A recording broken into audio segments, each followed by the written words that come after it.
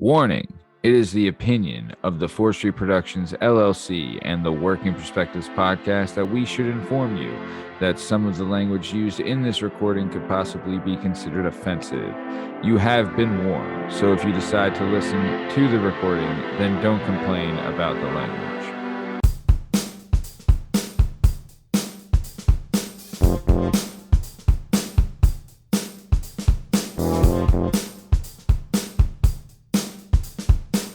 Hi, hello, how are you? Thanks for stopping by. Today we're going to talk to some real people about some real things, living real lives, doing real stuff. This is the Working Perspectives podcast. I'm Matt Lavelle. I'm coming today by jdub, Justin Richardson, the Heartstopper, Jana, Hehlo, Oliver Assiran, and our guest today is the one and the only Eliseo Tajanlangit. In case you're wondering, you can find all our stuff and all our content and all podcast platforms and YouTube at Working Perspectives Podcast. You can follow us on Instagram, Working Perspectives Podcast, and you can join us on the Twitter and the TikTok at Working P Pod. If you'd like to be a guest on the show, please email us at workingperspectives@gmail.com, and please like and subscribe so we can keep this party going. jdub, how we doing, baby? I feel spectacular. It looks spectacular. Jana, Heartstopper, Hehlo, how are you? Funny because I'm also spectacular. Yes. Whoa. I mean, I thought you would say spooktacular because it's Halloween. No, it's not yet. Yeah, you're right. Oliver, thank you so much for coming back, man. We've missed you. Super excited to have you back on. Thank you for co-hosting this with us. How are you, my man? I am great, brother, and thank you for having me back. Missed you guys. Miss you too, pal. Miss you too. Well, speaking of missing you, this is the Working Perspectives podcast. Let's get this thing started. Let's go. It's our objective to be effective by voicing societies. Working perspective, exploring your day and how you get paid. Launching a new episode every Tuesday. Your day can transform while we inform with new episodes available on every platform. So check out our line and how we get live. Then do us a solid. Share and subscribe. We're just sharing. We're just sharing. We're just sharing. Working perspectives.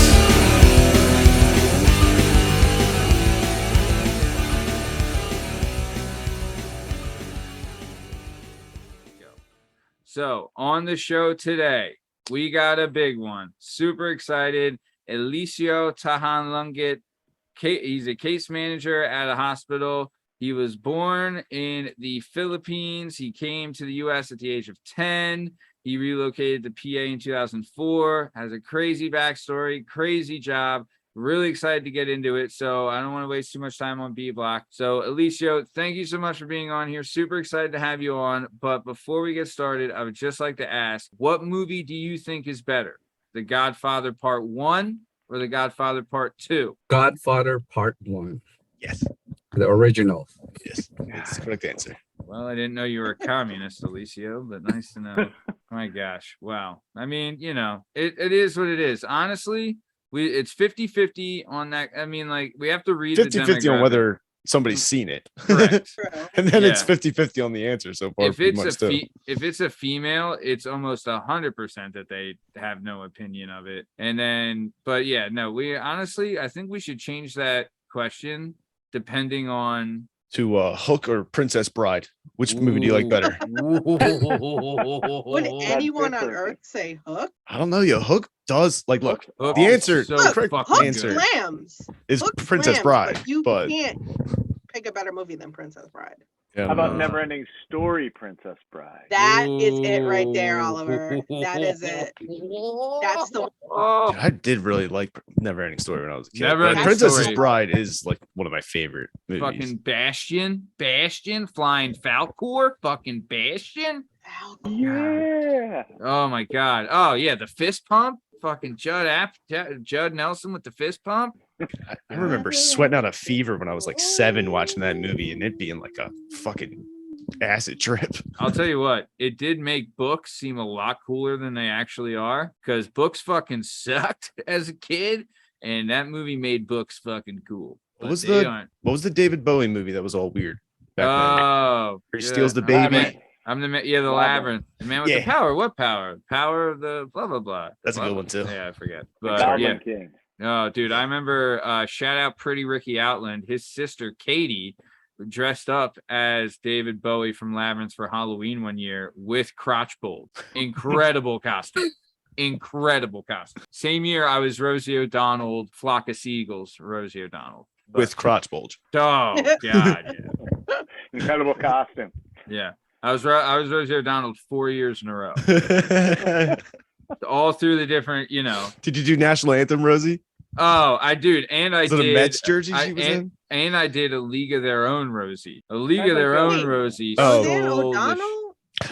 I was thinking of Roseanne the whole time. No, I was thinking Rosie That's a O'Donnell. different person. Wait, I'm on a whole What's other the other show. I one? apologize. You're thinking of Roseanne Barr. Roseanne Barr and Rosie O'Donnell, two completely different people. To be fair, the costume not that I different. could have pulled off either. Not gonna Yeah. lie, really could have pulled off either. Didn't like the show Roseanne. Did you, Justin?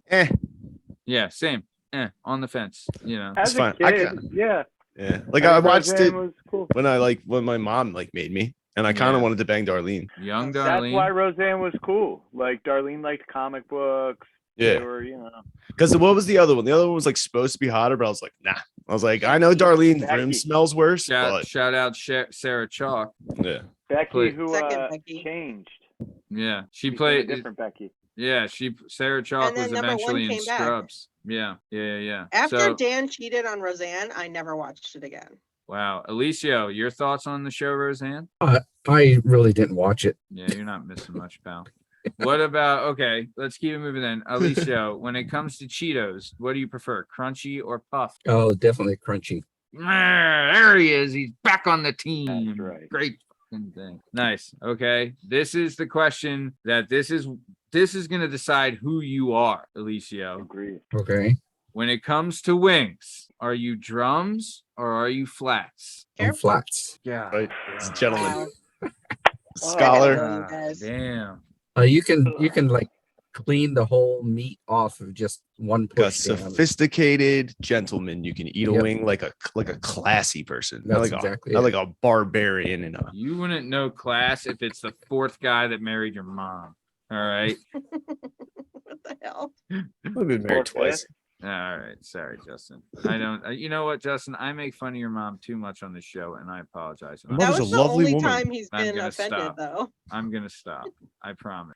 I mean, It's fun. I mean, it's fun to make fun It's of people's banter. moms. It's banter. It's just banter. I don't know. Most of the time, I just like, yeah, I don't care enough to argue with Yeah, you. who knows? All right. So then, Alicia, let's keep it moving. Waffles or pancakes? Waffles, because Alright. you have the syrup in the boxes. Second Yeah. person in a row to say that. Yeah. Shout out Bethany Cherney. Love Bethany Cherney. Was on the show today that we My aired baby today with shout out to D Siren on the show today. But we aired Bethany Cherney as the co-host. She was a last minute fill-in for Jana Banana. But she sent me something and it's just waffles are a conduit for syrup, I think is what she said, something along those lines. But Yeah. she's not wrong, Did you guys ever have blue waffles? A waffle is just a more considerate pancake. God knows I have. Is the blue waffle a sexual thing? Sure, Why don't you go goddamn ahead and is. Google that, Matt. Yeah, Go Google ahead and image Google that right now. blue I'm waffle. I'm on my Yeah. work computer, guys. Hey, Not gonna just do happen. it. All right. So nice. Okay. So blue waffles for Alicia. Very good. And then kidding. And then what about theme parks? Are you amusement park or water park? Amusement park. Wow. You came back choice. strong. Yeah, really did. And then last question, Beatles or Rolling Stone? Beatles. Yeah. You play video wow. games? Yeah. Xbox or PlayStation? Oh, great fucking question, Justin. It's a fun question. Xbox. Fucking right, he's on Xbox. Fucking right. That's another dude. That's a big one. That's almost as big as the wings. You know, like you draw a fucking line when it Yeah. comes to your system. And what, Right. Oliver? What are you? Beatles or Stones, and Xbox or PlayStation? Definitely Beatles. Okay, I mean, Stones. I like them, but I don't love them. man, I'm surrounded by a bunch of Beatles. And PlayStation, man. I Correct. love the Xbox. I love but this guy. I told you. Is they've got the better original games. It's correct. Gears of War is great, but Last of Us, it is the greatest video game that has been made. Like Better it's than just- Red Dead? Oh yeah, Better than Red Dead 2? way better than Red. Not just a little, way better. All right, Really? so here's what happened. Uncle Matty made this mistake. So when I was living with my in-laws, I showed my father-in-law how to use an Xbox, and he really just uses it to like watch YouTube, and like I set up some like Albanian stuff on there for him and whatever, and Paramount Plus and whatever. And he can, he knows how to use it. So when we moved, he asked, he's like, when are you taking the Xbox? Which was kind of like, don't take, him saying like, don't take the fucking Xbox. You lived at my house for free for 3 fucking years. And I was like, well, now that you mention it, I guess I'm just going to leave it here. So I am in the market to purchase a new system, and Ragnarok comes out November 9th. I already scheduled off of work. What is this? God of War. So that's You've another never thing. played it. You've only had. I've owned never, Xbox. I've This never, is delves yeah, into a I've long- never. But does PlayStation have like the internet on it, like the live? Oh, yeah. No, we still have dial-up only on PlayStation though. It I doesn't thought have. so. I You know, thought so. can't use the internet on a play. Yes, you can use the internet on PlayStation. I watch Well, almost you have all to of my connect television through on it. AOL. Yeah, you have to get a disc. Log the hours. So as long as you still have that account, you're good. You have to use your Damn. AIM also. Damn, I do have to. That means I would have to sign up for like a new thing on. It is worth it, dude. I will tell. Look, I love the Xbox, great system, but PlayStation's better. Really? Ragnarok is both. coming. But Well, Yeah. I mean, and I can still get Red Dead Redemption 2 on the Xbox Sure can. or on PlayStation, And- correct? and GTA 6, which they leaked. If you saw that, it looks pretty good. Dude, I just I can't. did. Honestly, like, I don't know what it is. I still play GTA 5. Well, that's the thing. Like, My brother, me and my brother talked about it. He has 3 copies of it: PS3, PS4, and PS5. Grand Theft Auto 5 has come out on all 3 consoles. Huh. Eliseo, I feel like I'm gonna text you so me and you can talk. No, I'm just enjoying listening to you guys. All right. I actually wanted that to makes ask, me nervous. all right, about Alicia, because I was reading the notes here, and I have to ask what it was like moving from the Philippines to California at 10. Like, it must have been a big culture shock in a lot of ways. Well, there's a big it- Filipino presence in California, right? Yeah, there is. And so in the island that I was raised at, which is Ilo City, again, there's multiple dialects, and we spoke Visayan and English. So we were taught in school mainly English. So I came over and I really didn't know Tagalog. So we stopped over in Manila, which is where everybody knows, before we went to Southern California, and I didn't know how to speak Tagalog. I only knew how to speak English to all of them. And so when I went to Southern California at 4th grade, I was winning spelling bees. And Oh, because I was new, they put me on English as a second language, ESL classes. Yeah. And I excelled at that too, because they just thought that, I'm totally brand new. Yeah. And then from there, they found me to be accelerated. And so they put me in the GATE program, which is the gifted and talented, students. So I was not. I was.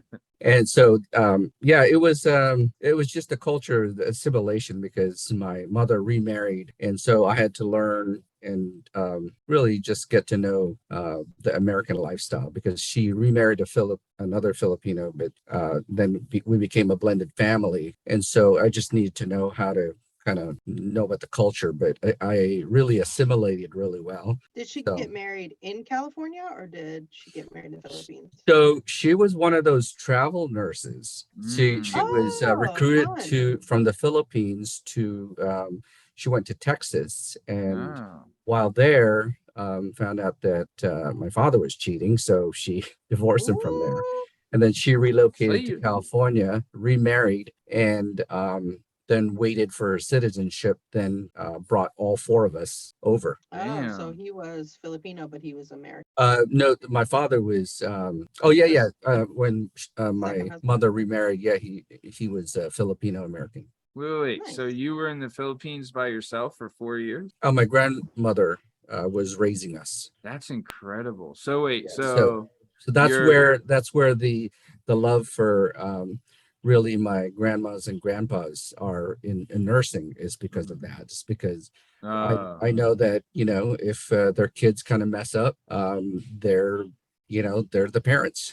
yeah, They parent you, yeah. and so you pay respects at the end of their life. I would agree. I agree very much. I didn't have I only had one grandparent, and she was like a nightmare, and didn't know my granddad. I mean, because didn't know he existed until like last year. Found out grandma was stepping out.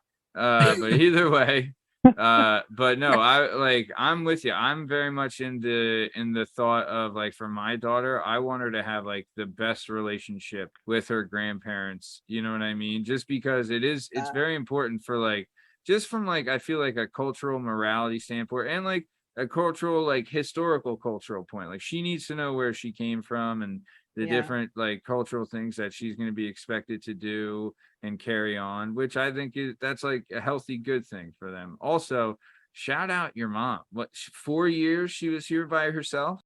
Yeah, and she just worked. God bless her, man. That's Yeah. a tough haul. Like, Heck yeah. damn. That is my I've said on the show before, but my father-in-law, when he's Albanian, and when he was in like an Albanian dancing troupe and he left Albania, they were on like a world tour. They'd hit like Paris, Moscow, London, and they were in Nashville was their like last stop before going back to Albania. And when in Nashville, he knew like they're going to the plane heading back. He just stayed. And he worked at like this rocking chair factory for 4 years and lived in a trailer behind this guy's house and like, pretended to be a Jehovah's Witness or whatever and stuff. And like, just to like, because they would give him meals and whatever. But he lived there for 4 years by himself, saved up enough money to bring over my mother-in-law and the two kids, like my wife and her brother. And then they, had a house ready for them in Philadelphia, which is crazy to think, like, that like we like we do like I guess since we were all born here we don't realize, but if you like would you guys live somewhere by yourself for 4 years to have your family move there? Like how great is America that people are willing to do that? I don't know, just like at least the concept of America. Is it that great? They're like, how shitty are other places? Right. People like, you know what I mean? Like, how good do we have it that we didn't have to live somewhere for 4 years by ourselves? You know what I mean? But man, that's an incredible journey. And then look at it now, like generationally, here you are, like so successful later on.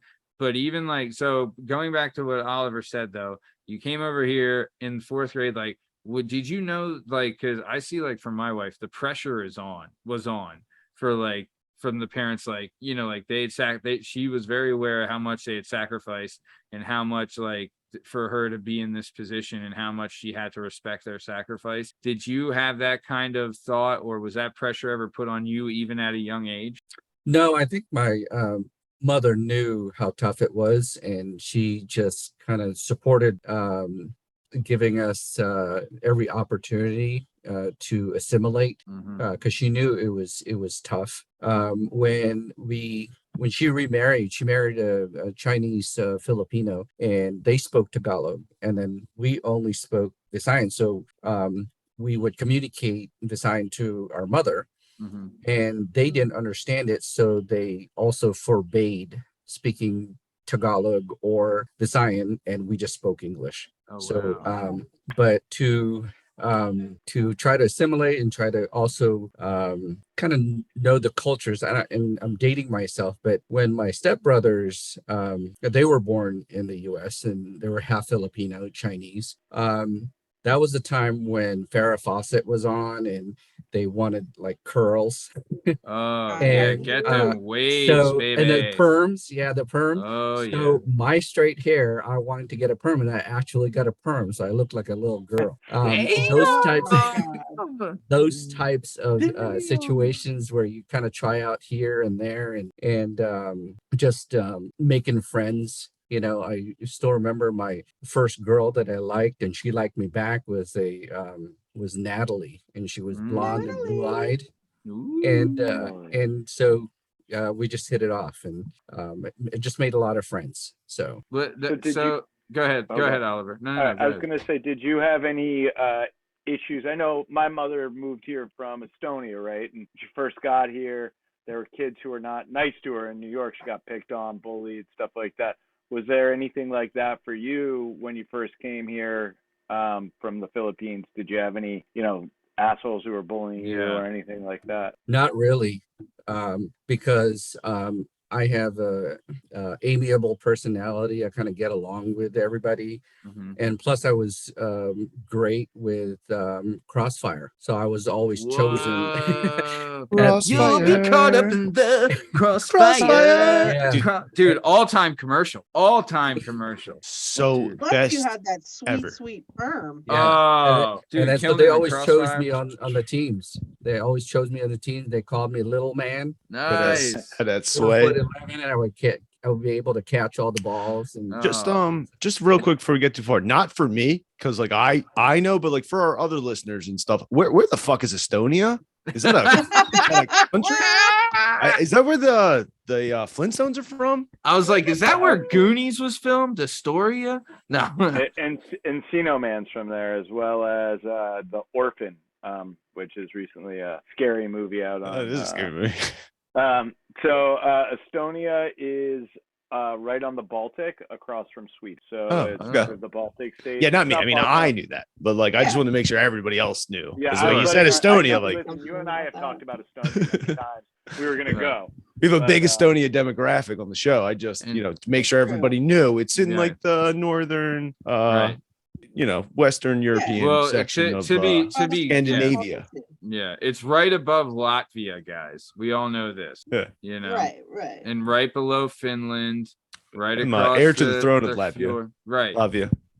And you're huge in Mozambique. Can't say this enough. Massive in Mozambique. Big Mozambique's presence. Shout out the Beakians. Yeah, I'll tell you, Estonia is one of those Eastern European countries that it's it's tough. When you get past Poland, it gets pretty dicey. You know what I mean? Well, my cousins who all live there, I think once communism went away and Estonia was free, they decided that, organized business sort of helped take things over, and my cousins were a big part of that. And they've tried to get me to move there many times, and I'm like, no, I'm good on it. Dude, I'll tell you, Estonia, the weather's gotta suck, right? In the summer though, it's light until about 4 or 5 in the morning. You get about an hour or two of darkness. Wintertime sucks. Yeah. That's about dark. an hour. It's the opposite. It's dark except for about an hour. That's depressing. Yeah, it's not fun. But I will say Estonia has brought a lot of technology comes out of there. So like LimeWire was from Estonia. Oh yeah, big shout out LimeWire. Fan of the show, listener of the show. Yeah. All of those IO games that you play, those like little phone games, they all come from Estonia. Wow. A lot of tech. So. I would love to see like The Voice Estonia and what's going on there, because that's got to be just a fucking hoot. Only 1.5 million people, dude. That's it. Less people there than in Philadelphia. Really? Yep.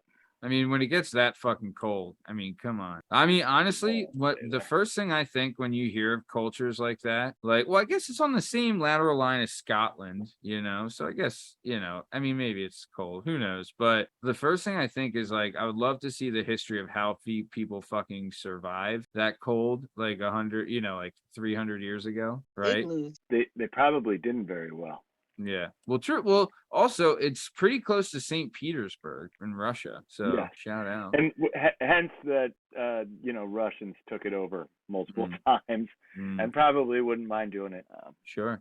I mean, who knows, but it's right on the Baltic.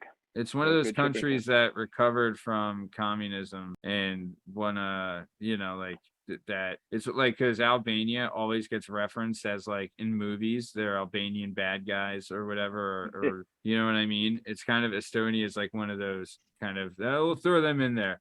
Bulgaria, Estonia, Belarus, Albania, one of those Anias. But yeah, so nice. So yeah. So I'll say this though, like my wife had a similar story of when she moved here because she was like 13. So imagine like moving to Philadelphia and going to Northeast High School and not speaking the language like your first year here. Like it kind of At sucked. that age. Yeah, sucked. Tough. The worst, right? Like at least if you went in like elementary school, like kids are a little nicer and you can make friends. But at that age, everyone's a dick. Also, on the West Coast, people are just nicer. You know what I mean? Like Yeah, that's true. in Philadelphia, people just suck.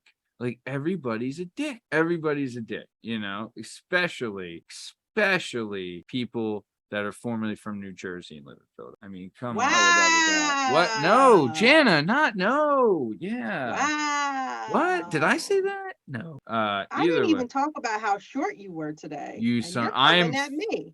5'11", Jana. I don't know how many times we're going to go over this. 5'11" is not short. But after you come off the step stool, you're 5'7", and we didn't even bring that up today. Shoes off. Leave Jersey alone. 5'11", Pennsylvania. And in heels. So either way, I'm 5'11", and Eliseo's in California, and he's going to school. So how about so when you're in school, this is something we talked about. So you're doing tennis, but you're also doing water polo. But water polo for you wasn't more about the game as much as it was about survival. Is that right? Correct. I didn't know how to swim. So join the water polo team. I wanted to join the water polo team. Oh, dude. Because I thought that I was going to learn how to swim. Sure. Little did I know that it was really, you sink or swim because they try to sink you all the time. And did you show up to open practice and just jump in the pool for the first time in your life? I just raised my hand. Yeah. That's what I did. It was like the Olympic sized swimming pool. And so, I remember swimming being pretty. You just take the water like a baby, just natural instinct kicked in. Nope. You just immediately started swallowing water. You just puddle.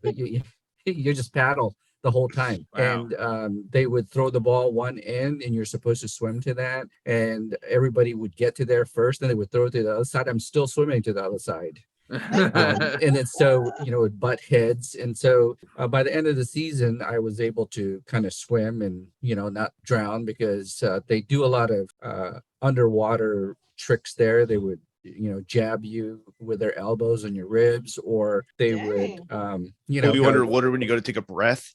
Yep, exactly. Ooh, dude, that happened to me one time, and I was like, you devious. I was like, I never respected water polo players until that happened to me. I was like, coming up for a breath, and they know you're gonna go as soon as your head comes up, and they go like you just saw so much water. You're like, I want to go home. I want more clothes on, and I want to go home. I would honestly, for me, it would be fucking water death time. I would be like, we're murdering everybody here. I'm not fucking playing that game. You want to hold people down? I'll hold you down.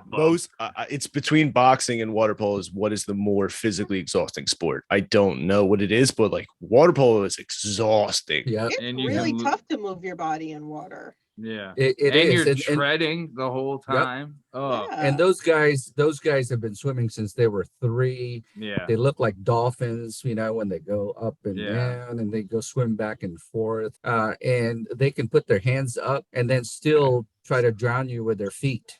Incredible. Just I learned a lot, and I was a good swimmer after the season, but then you had to start all over again the next season. Can I ask this? Did you have to wear a shower cap to protect the perm? Yes. Oh, goddamn right you did. Goddamn right. Also, on the show previously, we had Carly Myers, fan of the show, listener of the show, former guest of the show, and she was big. She did water polo in college and everything like that. And she had told us one of the strategies, and Jana, you'll like this. One of the strategies in water polo is that you don't cut your toenails and you grow What them the out. hell? Yeah, you grow them out so that you can scratch people under the water with your toenail. Oh God, that's Interesting. awful. It's a thing. Is that true, Eliseo? Is that what you did? Yep. Well, not me. I didn't know anything about that. Yeah, It you're like, was guys, done to me. yeah. Any, You're over there. They were like, why'd you try to drown the kid that can't swim again? Like, come on, guys. He's not even playing. He's You can just, see he's struggling. yeah. Just being mean at this point. Yeah, like no one's passed him the ball in 45 minutes. I don't know what's going on.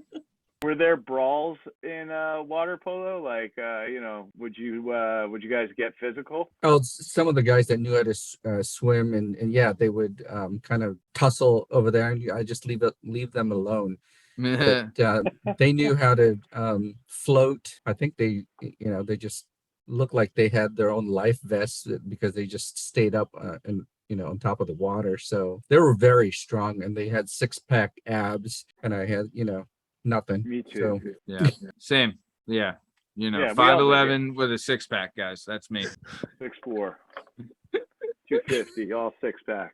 Yeah. Well, let's shout out. No, I mean, I do want to shout you out, Oliver. What is your drop weight at, buddy? Because you have lost a ton of weight. Let's feed that ego a little bit since you ain't eating that much anymore. So what's your how much weight have you lost? I'm still at 185 because I've started lifting, and I have been doing yoga a lot. Nice.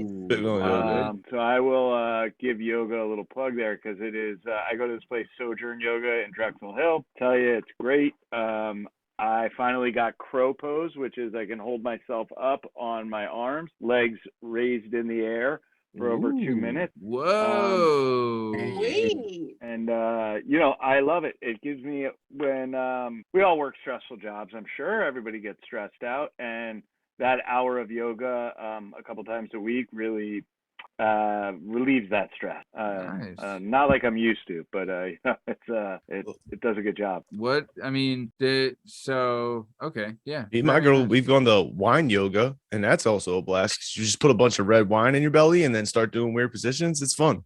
Wow. Yeah. No bad results there. Not for But me. I could do that headstand thing. It's fun. What weight did you start at, Oliver? Because weren't you I over was 300? I was a little under. I was like 285, almost 290. Yeah. So you've lost 100 pounds. Man, Fantastic. shout out, dude. Oliver. Great job. Thank That's you. incredible. that's awesome, Oliver. Good job. Yeah, good job. So, but enough of you. Back to Eliseo. Also, in yoga, how many do people just ignore all the farting that's going on? Because it has to be fart city. There are times where it happens, and it's interesting. You would think it was the guys, but it's not. I have yet to let one rip in yoga, but I have been behind many a women while I'm sitting there, and they're good looking too. And all of a sudden I hear, brr. I'm like, damn, that one came right out. Kaboosh! Someone's got to yeah. stop eating so much hummus. Ugh. What There the is a little too much beans in that one. Hummus. But yeah, it happens, and it's mainly the girls. Yeah, well, girls are disgusting. I've said it all the time. So either way, back to Eliseo, and now it is time for everyone's new favorite part of the show. It's jdub's questions, asking some questions. jdub's questions, a new favorite segment. jdub's question. This is the part of the show, Eliseo, where jdub's going to ask you some questions, and you're going to give us some answers. And I'm super excited. Jalen Dub, take it away. If your life depended on it, how many peanut butter and jelly sandwiches could you eat? What in the shit is that? Hold on, what bread are we talking? Regular white bread? Stroman's bread. King white bread. Nice. Nice and thin. Yeah. A In big one slice. sitting? Yeah. Yeah, white bread, 50 of them if I needed to. 50? Ooh. That's 100 pieces of bread. Can you cut them into corners? You can do whatever you want. All right. Crust included? You could smoke the crust if you wanted to when you were done. 50? That's 100. You think you can eat 100 pieces of white bread? Yep. And don't I look like it? I could. I mean, look, 100 I pieces mean, of you're white not bread. fucking Joey Chestnut. Who the Yeah. fuck? Like, I don't love it. know. I love the attitude. Love Oh, it. yeah. Love the commitment. I But put you at like 42. at best. Dude, but 42, what's that? 84 pieces of bread? I mean, I at best, I think I'd struggle to make 20. If I could do a whole loaf of bread. How many slices are in a loaf? I should have figured this out before I prepared my questions weeks ahead. Probably 20 or so. I don't know. Sounds about No right. idea. I don't know either. Let's just That's say right. 20. You literally Let's could just say 20. Yeah. Then there's Say 40. 20 because no one knows. There's 10 sandwiches in a loaf of bread. Yeah, makes about the right amount of sense. My wife says I overeat, and my daughter, who's a $1.10, can out eat me. Yeah, I'm not a big 24 uniform slices. 24, so 12 sandwiches a loaf. I know I could do a loaf. That makes sense. 2 loaves. I'm stopping somewhere between 1 and 2 loaves. Yeah. Banana, how many PB&Js you putting down, yo? I mean, Remember, you have a gun to your head the whole time. 4. 4. What about fluffernutter? Could you throw a fluffernutter in there? I Thoughts never on had that. thoughts on fluffernutters? Where are we at with them? Banging.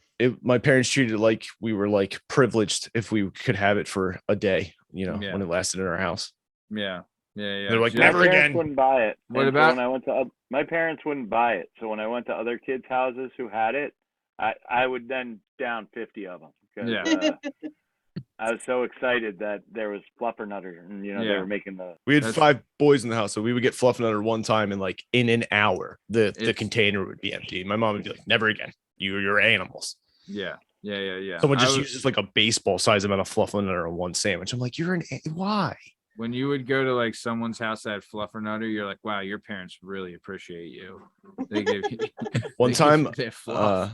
when my father was a young boy in 1950s Abington, he went to an old woman's house and she said, I'll make you a fluffernutter and peanut butter sandwich. He said, fantastic. And she made him a peanut butter and mayonnaise sandwich. And he said Whoa. nothing. And he ate it and he left her house.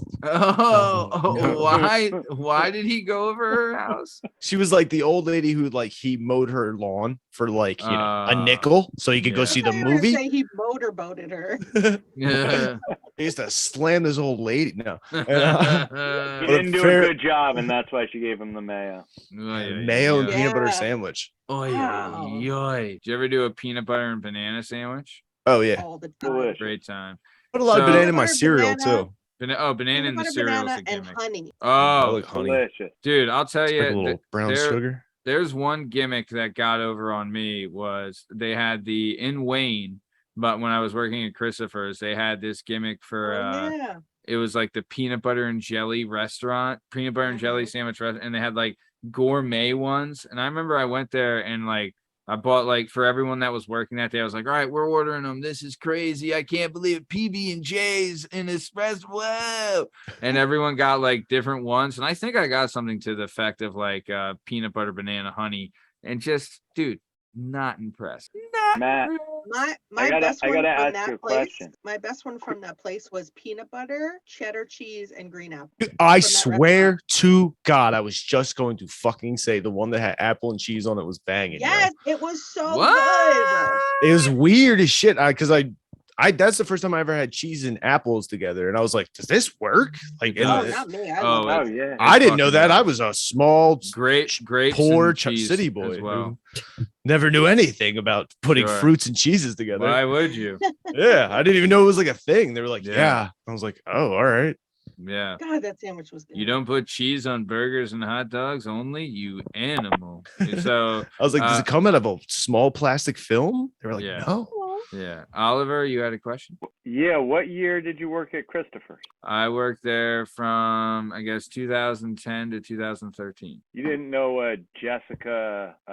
She would have been Vivian at the time, but she ended up becoming Jessica McCauley. She was married to the cook, Ryan McCauley. God, no, I don't. I mean, maybe if I saw him. No? she- All right. I They remember were there there a long being. time. I remember there being a Jess, but I don't remember a Vivian. I'm intrigued on why did this person change names? Mm. She got married. Oh, okay. It's Wait, like a last so name she thing? changed her first name? Well, no, No. Jessica Vivian was her first. Oh, okay. Jessica McCauley. Wait. Oh, her name was Jessica Vivian, Yes. and then she changed. Oh, her last name was Yeah. Vivian. Yeah. Wow, God. He gets it now. so I'm hard. a fucking smoked ass. God damn. It took me a second. I was like, why would you change your name from Jessica to Vivian? Normally it's like her name was Jessica, but now her name's Greg. And I was like, oh, okay. And you're like, That's now her what I name's was saying. Vivian. I was like, wait, what? I was like, wait, so she went from a woman to being a woman? I don't get it. But either way, maybe if I do remember someone named Jess. So blonde, blonde hair. No, brunette. And then I'm fucking lost. You got no idea. Would you move to Utah for $3 million? You have to stay there for at least 10 years. 10 years in Utah and become a Mormon. Today. No. No. Yeah, Okay. you can verbalize your answer. answers on this show, Eliseo. Very nice. What's the last thing you stole? Besides Ooh. my heart. Uh, Jana, dirty dog. I don't remember. Because when I was applying for the Orange County Sheriff's Department in California to be on a search and rescue, I went through this whole questionnaire, and they asked you what you stole, and I kept saying I don't recall. So they were like prepping me. Said, you're going to be on a lie detector test, so you might as well just say what you stole.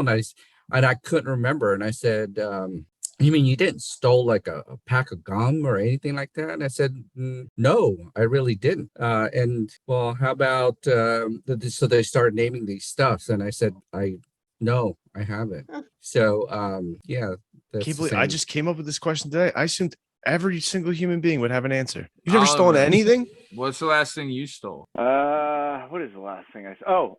It was an accident. I was at ShopRite near us, and they do pizzas, and they're pretty good actually. Like, they do like homemade pizza right there. And I walked out of the checkout, and I rung everything up, and my pizzas were at the end of the cart, being held up, and I forgot to ring them up. And I walked out, and I got halfway through the parking lot, and I was like, "Oh shit, I forgot to." And I was like, "Man, fuck them."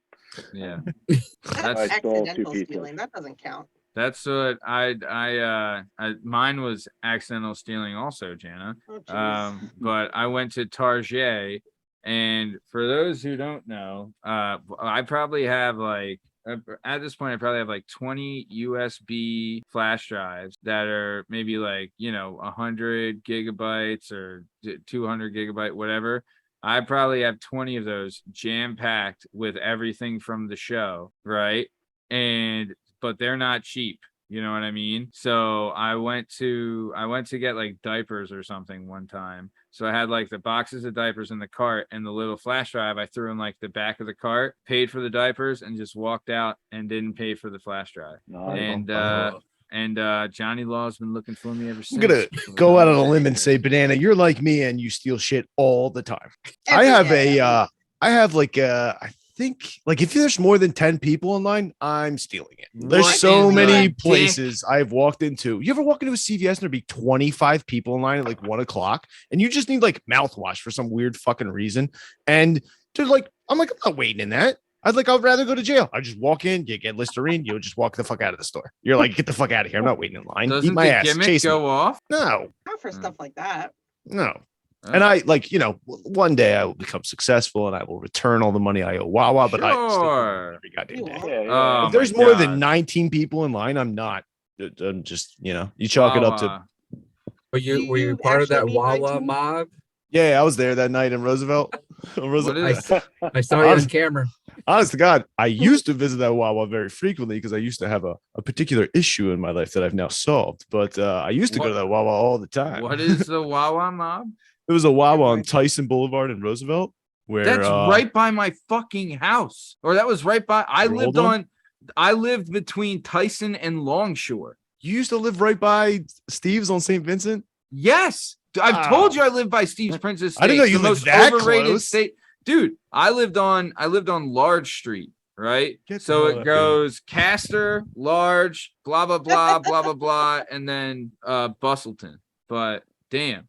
All right. So yeah, but a bunch of kids mobbed that Wawa one night and caused a ruckus. We're walking on people's cars and stuff. Oh my gosh. Yeah, like 100 teens. There's like a skate park right next door. Honestly, I feel that's one thing I'm like when I'm with my daughter, I'm thinking like if I go someplace and I have to beat up some fucking teens in front of my daughter, like when is this gonna happen? Because I feel like it's gonna. You can do it. My One dad of these does it in front days. of me. I would do it because I'd say like they try to attack a toddler and I'll fucking kill you.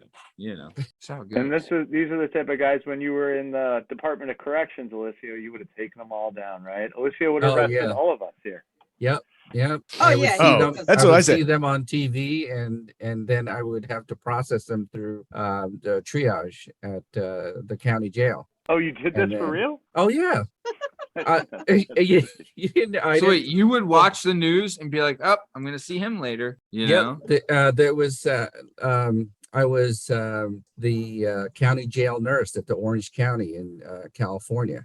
Yeah. And Southern California is the car chase capital of the nation, and so I would see them. And they would go to end up in Orange County, wherever the chase ended, and I would see them.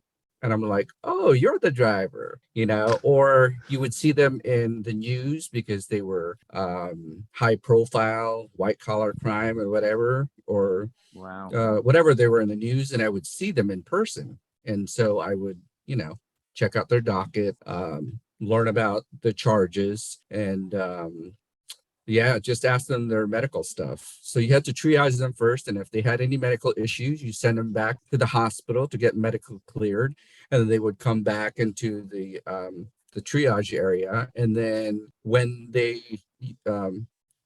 you needed medical treatment, I would do on medical calls inside the jail. Did you ever I was medical. Did you ever critique them? Because you'd be like, dude, I saw you. Why did you I saw you driving? Why did you make that right on La Brea? If you would have gone straight and gotten on the 405, you could have made it down to San Juan County, and they couldn't have been able to, And then he's like, well, there was a dog in the way, and I had to make a right. I don't know. But what's up, player? It's hard to get away from the chopper. Once they take the chopper out, Oh, you're yeah. screwed. Oh, the chopper, dude. Yeah. The chopper's it's like the pre-drone. You got to get under the freeway at that point. Yeah. Or drive off into the woods like in GTA 5, hide out. Railroad. Well, no, because they have the FLIR, forward-looking infrared, and they can change that, and then they can get the heat signals off the ground, and they can tell if you're black or white. If you're white, you radiate energy. And so they direct all at nighttime you see him, and they can kind of direct you exactly where he is in the bushes. Wait. So, You can like tell a trail. it, you could tell the color of their skin from the infrared. No, it's just black or white. Picks up, white or black, like Picks up the heat. heat. I The was heat gonna say signature. that was confusing to me because I was like, that would be crazy if technology has evolved. He's like, that look, we much." can bring out the chopper, but it only detects white people. Yeah. Look, let's And hope. then and working in the county jail was when I had my stepchildren. They were teenagers. The good thing about working in the county jail is that you are able to see if their friends were in jail. Ooh. And so if they were hanging around with them, you're able to kind of figure out what they did. And there was one particular one where my daughter was saying, oh my God, that guy's hot. He has his car. And both my wife and I looked at him and said, oh, drugs. And then 2 years later, I was doing a sick call, and guess who I found? And then so the first call I said, hey, guess who I found over here? Yeah, he was pinched for, dealing drugs, and, he's mad at his grandmother for not putting up his house to bail him out. So, yeah, you're not going to be near him at all. Needless to say, he's a real catch. It's a shame that's the one that got away. But Justin, hold on, what other questions do you have? If you could have any fast food restaurant inside of your home, which one would you pick? In-N-Out. Oh, yeah, you're from over there. I've never had it. West Coast, never had it. I don't think I remember. In-N-Out burger. I don't know if I had when I lived. Never in even been a California, state that has it. I don't like. Yeah, What? they I think nothing past Nevada, I think, or I think Texas I've had it, is and I was just like, okay. It's good. Have you had Freddy's? Yeah, I love that place. So Freddy's and In-N-Out are roughly the same thing. What is Like, I wouldn't Freddy's? say they're exactly Freddy's the Steaks same. and Shakes. They have But, hot dogs. They have very thin patties, little mustard, little pickle. It's good. And instead, I think they call it beef style in Freddy's, but in In-N-Out, it's called animal style. Yeah. Where they or add Beef. onions and I don't know, a bunch of other. You get double patties, double cheese and onions and stuff like that. But Yeah, Freddy's different is sauce. the closest. Yeah, then they put the Thousand Island dressing on it. But if you try Freddy's, you've essentially Whoa! tried In-N-Out. Don't give away the special sauce. Gee. They got hot Justin, dogs too. They're good. Any other questions? All right, just have one last question. What do you think happens when you die? You see the other side. I think that there is the aliens that are passing around there. You're seeing up on there. We're all experiments. I like it. So they're like looking at us like under like the Prometheus type of deal. Yeah. And then when you die, then you see the whole experiment. Love it. Do you have any questions for me? No. Excellent. Thank you, Matthew. Great. No, very good. Very good. That was another rousing segment of jdub's questions. They're asking some questions. jdub's questions, our new favorite segment. Yep. For those listening, if you want to give us some suggestions for questions, hit us up on Twitter at WorkingPod and on Instagram at Working Perspectives Podcast. But let's keep this going. So, like we said, Eliseo here, he's living in California and he knows how to party, doing his thing. He did, elementary school. He went through school, everything like that. Obviously super gifted, super talented. Did a little tennis and water polo in high school and then went to nursing school, right? His first job he had was at a To-Go's, was a sandwich shop.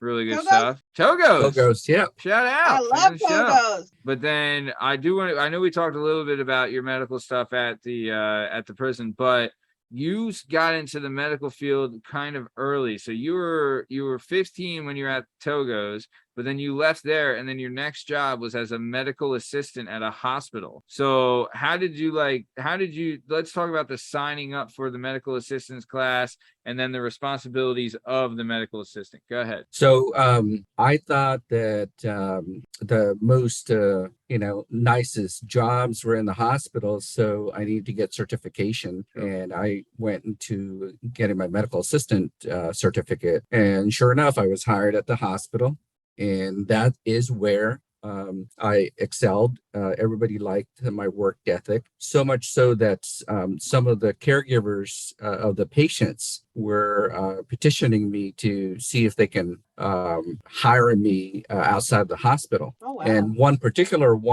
lady who is taking care of Mrs. B always said, you're the most attentive person here all the time. When I call, you answer, and you're taking good care of Mrs. B. Did you ever think about working outside the hospital? I said, well, I never really thought about that, but I was going to be graduating from nursing school now. So I need to, if you wanted a nurse, I had to take my boards and then work for you. And she says, well, how about if I pay you a nursing hourly rate, cash, under the table, if I can hire you at night to take care of Mrs. B,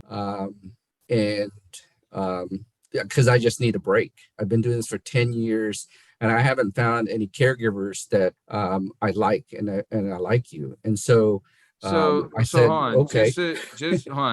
Just to clarify, you're working at the hospital as a medical assistant, and then one of like the freelance nurses that was a caregiver for an elderly person would come in and see how well and how attentive you were with this elderly person, Mrs. B, right? And they were like, look, I need some fucking help. You do a good job. You work hard. You're attentive.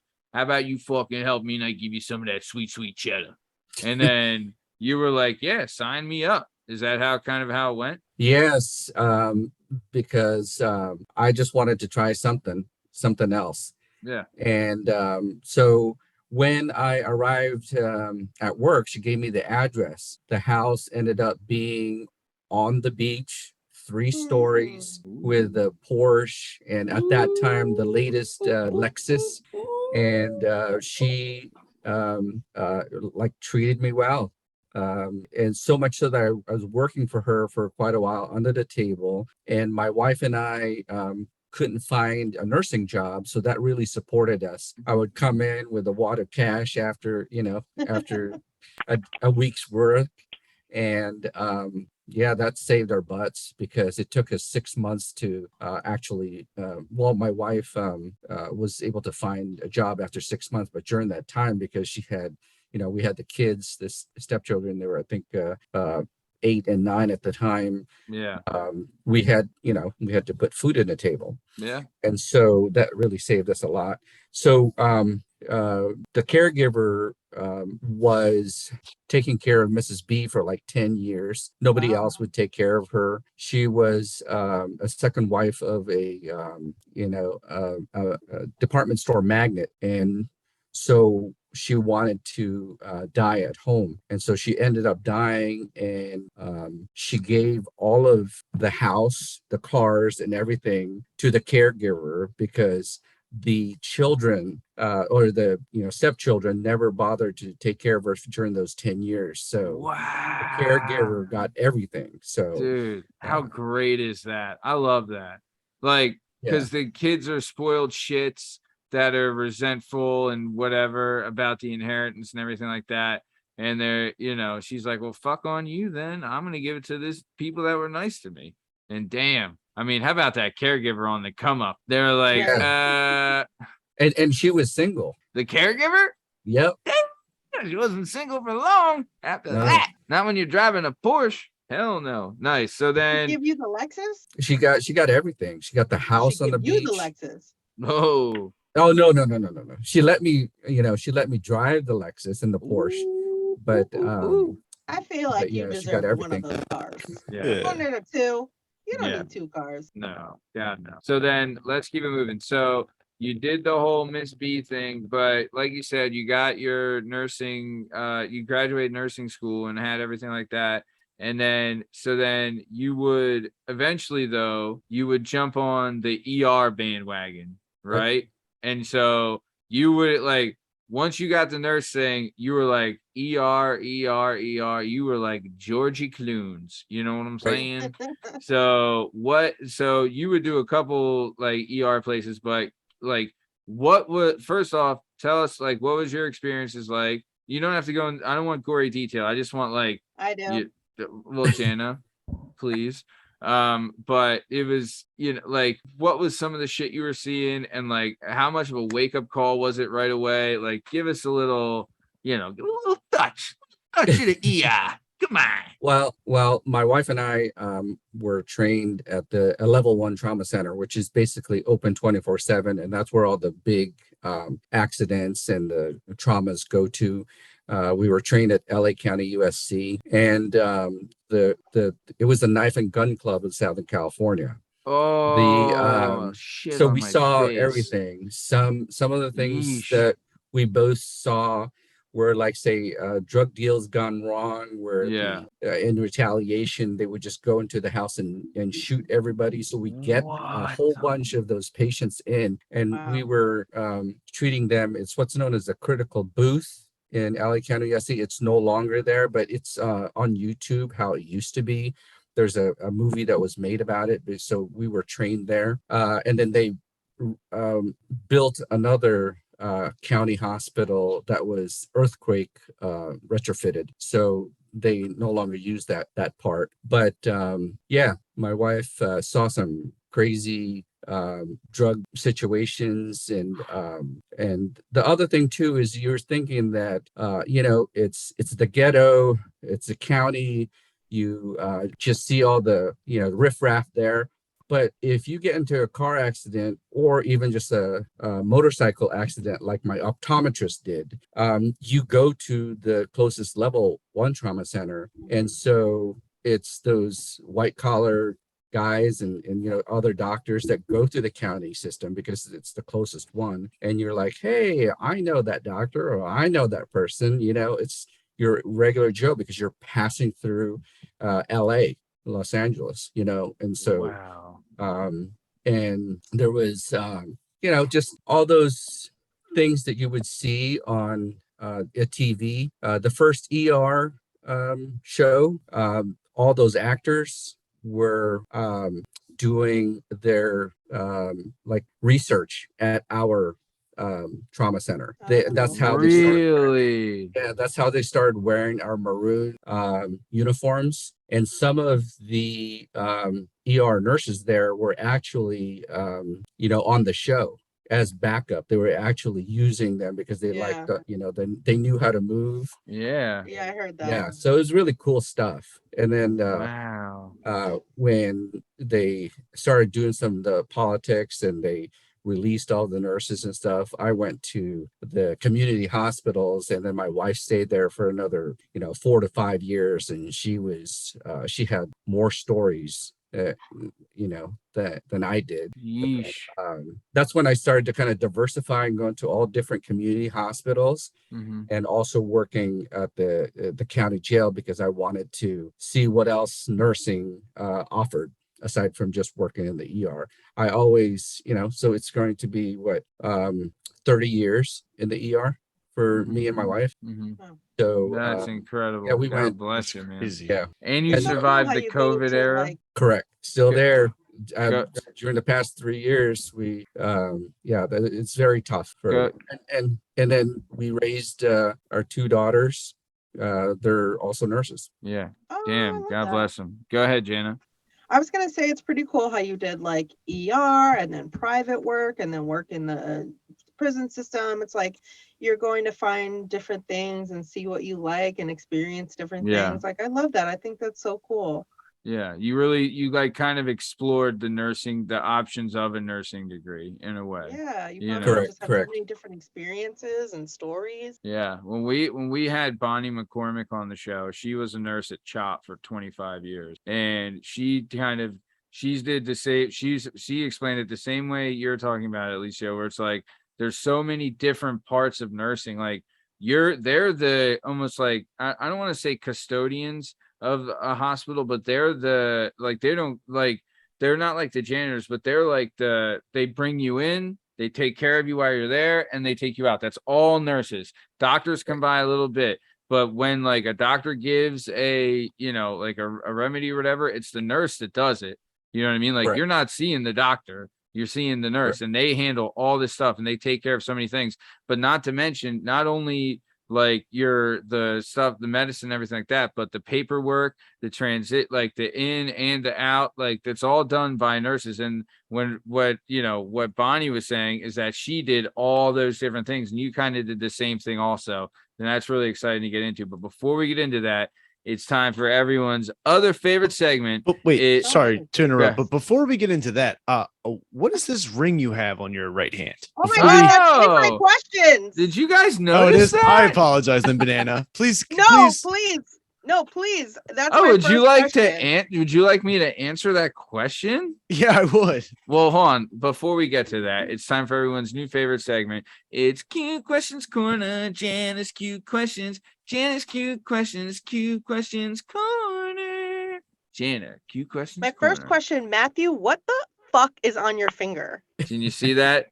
That is the 2017 Philadelphia Eagles World Championship Super Bowl ring. It is a beaut. Like, why? Why are you? I have wearing one upstairs, just like that. I found it we moved, and I found it the other day, and because it was in like this moving stuff, and I hadn't seen it in a while, and I was like, I love this fucking thing, and I was like, oh my I'm God. gonna wear it. Is that why you asked the question? And did you steal anything?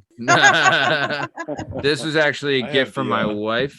I have the 08 and the 80. Oh my God, look at you, nerd. Whoa, hold on, Justin, hold them up. Wow, that's Jimmy Rollins and Mike Schmidt's World Series rings. Yeah, nice. I got Nick Foles Super Bowl one. Did you? On the best thing too about this, on the inside of it, I doubt you can see it. Married to a man who doesn't have fake toy rings of World Series people who they aren't actually won. He's from Jamaica. I'm sure he has some other dumb shit. But either way, on the inside of this ring, I don't know if you can see it, there's an engraving of a dog. cannot. Hell They yeah. had a dog engraved because of Where'd you you get know like that? my wife got it for him. I mean, well, no, Nick Both of Foles mine gave- were free at a baseball game, so I'm not this. Nick weird, Foles too. I'm gave it taller. to me. Nick Foles gave it to me. It's his. He gave it to me. Okay. Oh, that's so sweet. Yep, It's pretty cool. Though. I do want a Janet, replica. Yep, Janet. Yep, your questions. Go ahead. Eliseo, what is your sign? I'm a Libra. Oh, You're a Libra, me too. damn. Actually, it's my birthday tomorrow. What? Hell Shut yeah. the fuck Happy up. birthday, brother. to Happy you. birthday. Happy birthday to you. Tante Goreyate. Nope, we're not doing that. Eliseo, my birthday's Friday. We're like birthday Oh, buddies. that's awesome. What? I just want you to say happy birthday. That's why I said. Happy birthday, happy birthday. banana. Happy Guys, birthday. it's so Oh my unexpected. god, Nanners. I didn't know it was your birthday. Oh, How are you come you putting it know- in your phone? I am gonna put it in my phone. Thank you. Justin, can you put it in your phone, please? Thank you. No, but we'll celebrate this every year. I'll remember. I'll remind him. My girlfriend's in October. I remember all October birthdays. Damn. When is hers? I think she told us. last time. 17th. I think. Hey, you know He's a what, Libra. Yeah, she told another us. fun fact is my stepdaughter married a guy who has the same birthday as I do. Oh, so- that's fun.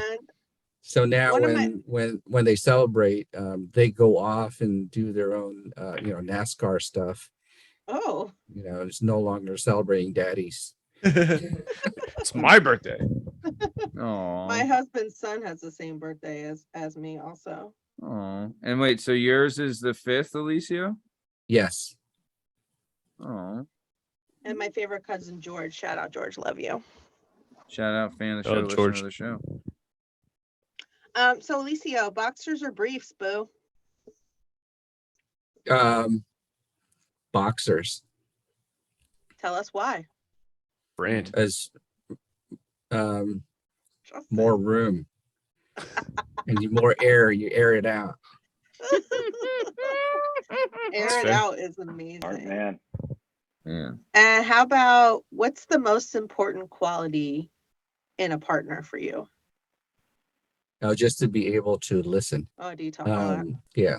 I listen, and then you just have to balance each other out. Oh, Because damn. especially when we're both nurses, when we talk about our days, we know exactly what's going on, and we can anticipate how bad those days were. Oh, yeah. My wife always has the better stories. No. Better stories is probably worst day. Yeah, better ER stories. Yeah, and she can tell a good story. Damn, what's an ER story that's like a better one? Like I got a couple. One time when I was at Temple, Oh. I like to hang out down in the ER because I was just be bored. And so I was down there hanging out. This one nurse was cool. I got in the elevator. And as I got in the elevator, this dude who got shot like came in the elevator with me, like got pushed by a nurse and shit, because he had like go up to the surgery floor. So I got like pinned in the back because it's and as he's laying there, like he's out, the nurse is just at the door. He's gonna get out next. I'm standing there. He just shoots up. He goes, "It burns!" Oh no. And he starts like trying to move around, but he's strapped to the gurney and shit. And I'm just standing there with a backpack on and a polo shirt, like I want to go. No, I would cry. I would definitely cry if that happened. damn. Another time, one It time, I was at burns! Diamond Street Hospital. It's where they took all the OD victims from K&A. And it was only one Damn. floor, it's 21 beds. I walk in there and there's like a keypad to get into this part. And I knew the code, so I walked in. Boop, boop. Door locks behind me. As the door locks behind me, this bull comes running out of his room. He's got like flesh wounds all over him. A bull? And he's like, like a white dude, shirtless in jeans. He's like, "Give it back." So apparently he had like OD'd, but like had his heroin in the hospital, and then they took it from him, and now he wanted Oh, it yeah. back, and he was just free in the hallway. Oh my And I was just God. like, "Does this happen? Like, how does what?" I You have a you have yeah. a much more respect for hospitals, and then you're like, "Oh, this is just a fucking free for all." People are just have Oh. to contain these maniacs. One of the yeah. things that I'm excited sometimes when now patients are in the hallways and family members are sitting right next to and they watch the whole entire ER, and they're like, and they always tell me, this is better than TV. Yeah. Right. Oh. And then And the then, action's got to be crazy. Oh yeah, totally. So imagine, let's say at Bryn Mawr, you see nothing in the hallway and you hear a little tussle, and all of a sudden my charge nurse looks, he said he looked out in the hallway and all I see was Eliseo in midair, followed up by the 17-year-old, and we're tussling. And so that dude had something in him. It just didn't show up on the drug screen. But imagine 8 people on the 17-year-old on the ground, and every time he tried to get up, all 8 would go up at the same time. He was And on so some PCP or some shit. It didn't show. We had to start an IV, and so we've had his arms pinned down, and the only thing that was available was his left foot. Whoa. So, for those in the medical field, the only thing that we were able to get was a left foot. We put in a 20 gauge, and that is where we then got everybody, the anesthesiologists, the other doctors, the ER doctors, and the respiratory therapists. We started the IV on the left foot, gave the medicine at the same time. We turned him over, intubated him, put him on the gurney, get him to the CAT scan. Wow. And that was pretty cool. But it all, my chargers were like, oh my God, all of a sudden I saw Eliseo in midair and like tackling this big dude. And then everybody just jumped on top of him. So really cool stuff. And then the other ones, were the naked guys that were running in the hallways, tased by the police officers, and then I would, every time when I try to tackle the patients, they're butt naked, sweaty, and they're on their stomach. So guess where my face was all the time when I grabbed their legs? Yeah. And so those are the funny things that happen. How do you get the job of naked man tackler? I want that job. Because I was trying to protect the other nurses. I saw him running towards I one need of the the nurses. application is what I'm asking for. You have to submit your resume. I've been submitting mine over and over again. Right. So far, I've got no callback. I got one interview, and they said, no, you're not ready. I mean, it's a sought-after position, the naked man tackler. You got to get low. I thought I could practice on you guys first, and then, I'll get Oh, that's a good idea. Yeah. I get greased up on the weekends and have people chase me around. What? I mean, we need continuing education. What is this? You get CTE credits, yo. I get all greased up and start running around the hallways. What is the security like at the hospital that it takes? It's just Eliseo, apparently. Yeah. No.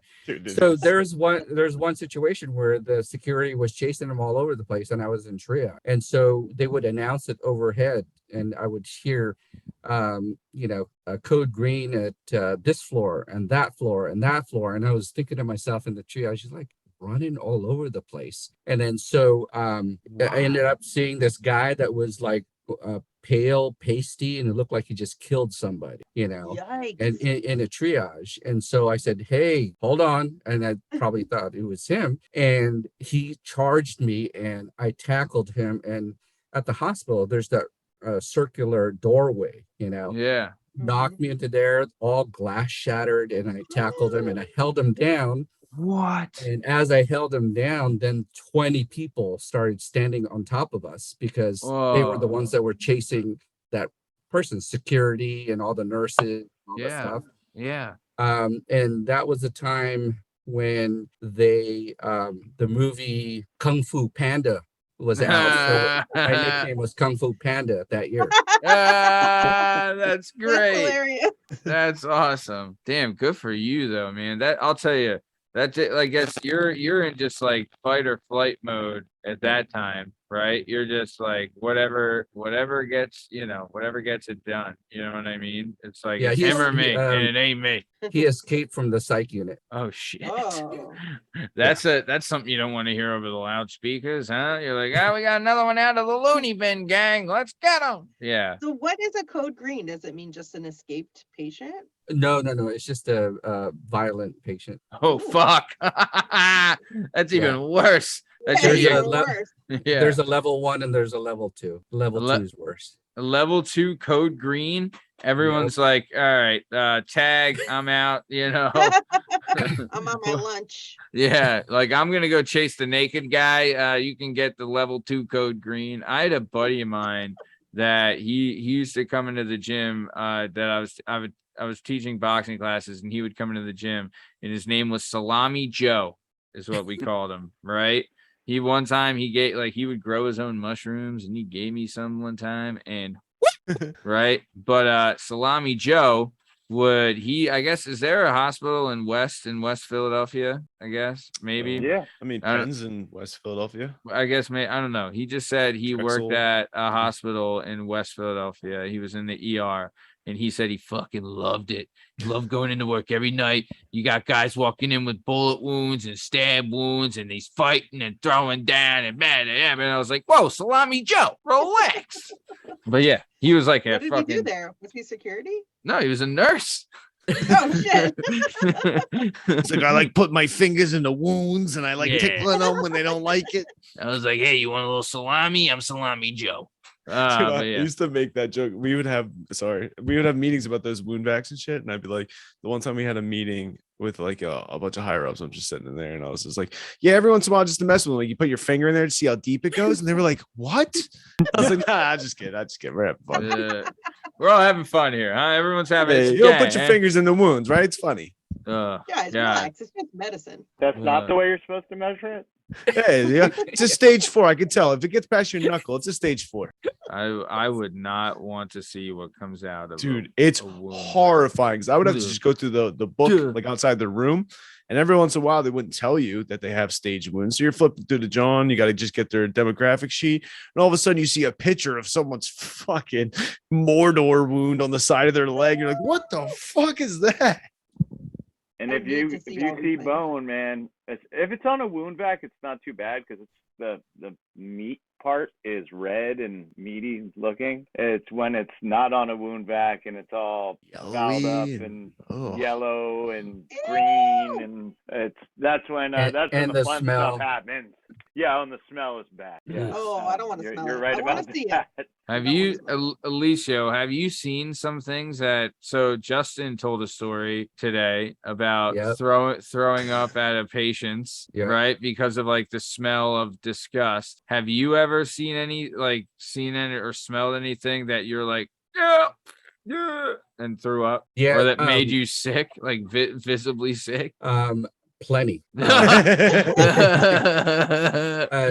Like one of the things that's a little bit mild was when this lady was complaining of lice. Oh. And so we had this shampoo called permethrin, and I basically just put the whole thing in her hair because she had long hair. And so we had the white towels. And then when I dried her hair, the white towel became black. And so that was kind of very gross.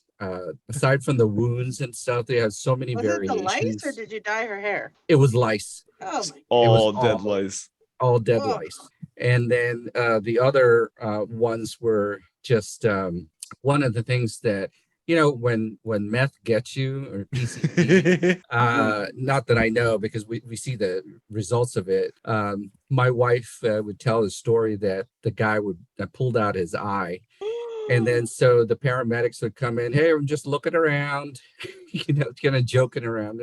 But yeah, those are some of the things that came in. I fucking get it. He pulled the eye out. I'm just looking around. Oh my God, I cannot deal with that. Yeah, so Dude, all meth is those, a crazy fucking drug. I'm telling you, and they wouldn't, they wouldn't feel it. So they're just still totally high. But yeah, all various wounds and crazy stuff that you think that we're making it up, but we don't. So much so that my wife and I would be talking about, work and stuff. And I think that's what drew our daughters to become nurses, because we just had so many stories. And so Yeah. now they're telling us their stories. Like, I have never seen this. I'm like, oh my, so now they're telling us their stories, and they have their own stories to tell, and we just kind of listen and support because they're like, yeah, that's kind of old news. Or we've seen that before. Been there, done that. Of course, we've all had a collapsed lung fall out in our hands, guys. Come on. Everybody's got to hear that gargle noise a throat hole makes in someone's neck. Yeah. Dude, I'll tell you, that's honestly, I do feel like there's certain things that are like a calling, right? Like teaching, I feel like teaching is a calling for most people, for good teachers, but nursing is definitely a calling. Like the willingness to help others, and like, dude, I'll tell you, some people, I mean, fuck them. I like could care less about helping others at times, but especially if someone's like fucking bleeding or stabbed or like stuff's falling out. I'm not doing it. I don't fucking care who you are. I'm not, God didn't call me up for that. You know what I'm saying? Angels. Yeah. I couldn't agree more. There's like terrible people that come in and you still have to treat them and save their lives. Like, oh yeah, definitely. Like there was assholes that just killed somebody. There was one someone that beats their wife or something. He was all tatted up, swastika here and there and all that stuff, and he was F this and F that. Jana wants to tackle that guy. The irony was that the nurses that were treating him because he was really hurt was a Chinese nurse and me. He's like, dude, just be nice. I'm trying to save your life. So those kinds of situations. It's like, I'm gonna get sick. I need a white nurse and a white doctor. And it's like, buddy, if you want a good doctor, you need an Indian one. All right, pal. Like, come on. You want the best one, money? It's kind of like shoving it in their face, like you hate me and I saved your life. Big time. Yeah, totally. And right now that's just the worst of what we're getting right now. It's just totally amplified. It just seems like with the Asian hate shit. God damn. Nobody has a filter anymore. Yeah, and then they question where I go to school, and I go, I went to Southern California. What the hell are you talking about? I would have told him I went to F you, buddy. Right there. I graduated head of my class at F you. Yeah. Something like a guy in jean shorts telling you how a mask doesn't do anything when you're in an elevator with them, and you're just like, what? He's like, it doesn't do anything. I go, okay. Yeah. It's awesome. Thank you, Dr. Jean Shorts. Dr. Shorts. Like, your cell phone's clipped to your belt. I don't care what you're up to. Dude, I'll tell you, I had a skin infection after I got into a bike accident when I ran into a truck. Justin remembers this. And I was in the hospital. I was in the truck. Yeah, I'll tell you. Well, no, the truck ran into me for insurance purposes. But dude, I'll tell you, like, that was like I had to stay in the hospital for 4 days, but as far as infections go, I guess it wasn't the worst, right? But there's got to be some infections and shit that you see that are just like someone's arms falling off, like, what? The infections get wild as far as they go. Like, you ever get C. diff, Eliseo? Oh yeah. So you clean them up, you roll them to the other side, and it just keeps coming out. And you were talking about the smell. What's coming out? It's basically diarrhea. Have you ever gotten it? Oh no. I treat them all the time, and I had to change their, in the ER. It's the most diarrhea you could ever have, yo. Yes, it's called C. difficile colitis. Basically, if your gut is overrun by bad bacteria, it doesn't work well. So it just, everything comes out. It's just an evacuation. Totally evacuation. It just keeps going. And then you would die of dehydration? Is that kind of pretty much if you don't have you would shit yourself to death. So many people. Giardia, and Giardia was pretty bad. And it's not far off from that. Giardia, like the airport. Giardia. Eliseo knows what I'm talking about with Giardia. Giardia is you get it from drinking contaminated water. So if you drink water that is not purified from a stream, and a deer or animal has shit or other things up that stream, and you drink that water, the organisms in there get giardia. And when I was in Oregon, I was lazy and didn't iodine my water, because iodine will kill all that, and you keep it there for 24 hours and it's safe to drink out of. And I drank this water, and about 2 weeks later, I was in a sick unit, and I had to sleep on my stomach, because if I slept on my back or side, I would wake up in a pile of shit. Oh.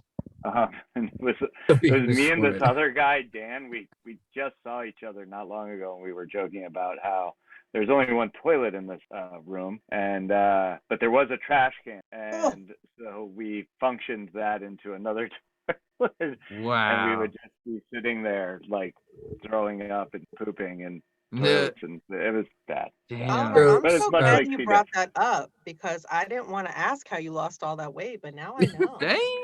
Giardia. You know, It's called giardia. It's it's Wow, on his good trick. it's on his next Yeah. book. Taking When- the country by storm. when they talk about like the caveman diet or whatever, I was like, that's basically what it is. They didn't have clean drinking water, and everyone's not gaining weight because they're shitting their brains out all the time. Like, that's it, right? Like, Dude, let's so go. many people died from shitting themselves to death. Like all of us have people in our family tree who died from pooping. I mean, like last year. So many people. Yeah. Duh. So, I mean, so talking about the other thing, talking about the wounds, the really tough yeah, wounds to get that, off of shit talk. Thank you, Alicia's Eliseo. No. Moving No, right 'cause- along. Yeah, like 'cause- enough shit talk, guys. No, because my wife had some stories as well. Is that if you look at Let's 40 get her on the years- show too. 40 years gangrene, it's basically when a necrotizing infection Fasciitis? sloughs off your skin. And there was one that was on some guy's private parts, so it was sloughing it off. And so that's a Oh. surgical emergency, because you have to debride it and stuff. And so those are the type of stories that she has that we bring to the table, at dinner time, and we're just like, At oh my dinner gosh, have you ever You're seen like, that? yeah, pass You the know? lasagna. Speaking of, oh, 40 whoa. years gangrene. Speaking of noodles, Foreign years gangrene Gangrene, yep. is when you And got the the schmutz on your schmeck, and the schmutz is making the schmeck schloff. And yes. woof, Justin. You have to go Be to the careful. operating room immediately. God, that just makes like you want to keep kids celibate, show them that, Keep your schleck unschloffed. yeah, keep that schmeckel sleeved, whatever. Sheave that schmeckel. You know what I I am mean? never Like, drinking water again. woof. And then so 90 talking about that, the STDs, the sexually transmitted diseases, where the nurses had to give shots and certain kind of pills and shots at the same time.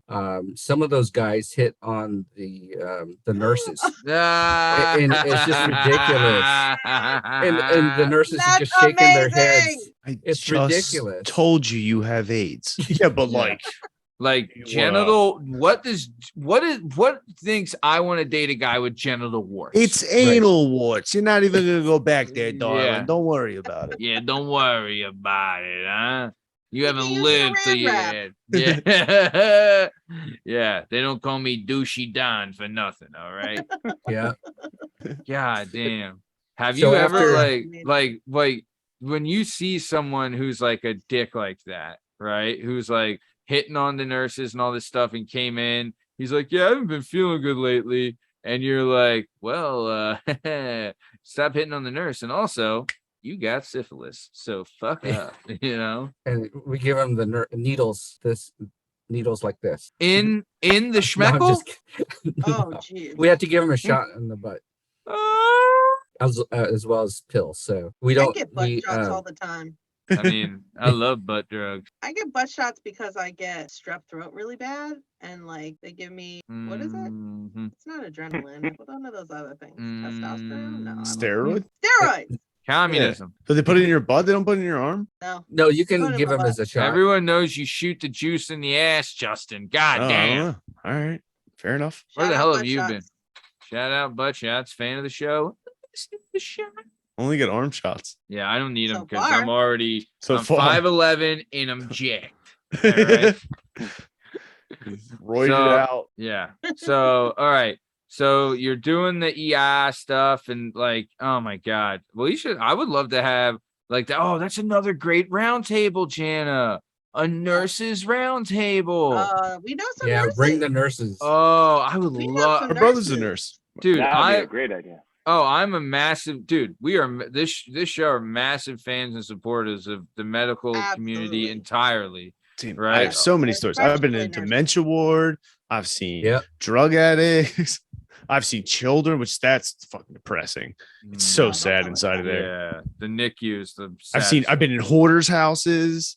That's a party. Yeah. Oh. I won't do pediatric, but doing when I was working as a liaison for a nursing home and like subacute rehab, everybody wants Medicare. Like that's that's what you want for insurance wise. So tip, don't supplemental, anything like that. Straight Original Medicare, yes.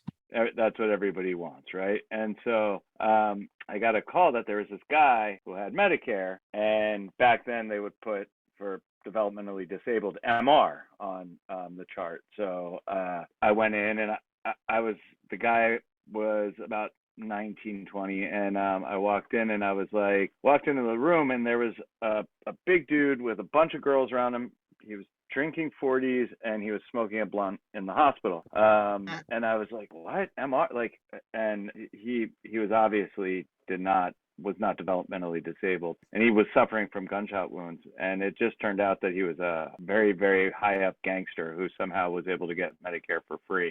And the girls who were in there with him were his bitches, and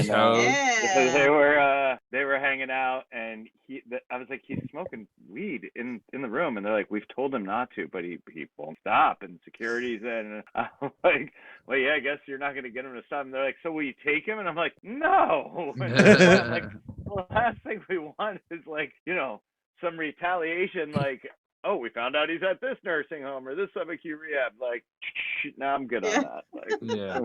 I would love to if like the hose he had with him, if he had one dressed up as a nurse and like another one dressed up as a cop, and be like, oh great, the police and the nurses here. Fantastic nurse. I think that would have just been hilarious. But okay, so let's keep it moving. I did want to talk about this. So you did I guess we'll just say Department of Corrections gimmick in California and in Pennsylvania, which is fucking nuts.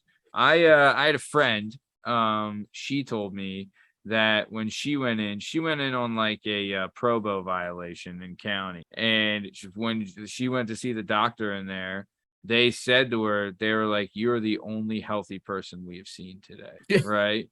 And so like everyone's in there dope sick, shitting all over the place or whatever. Like, what was that like? Like, what is that? One, you can only see men, right? Like you couldn't see the women, or would you see the women and the men? In Orange County, I saw both men and women.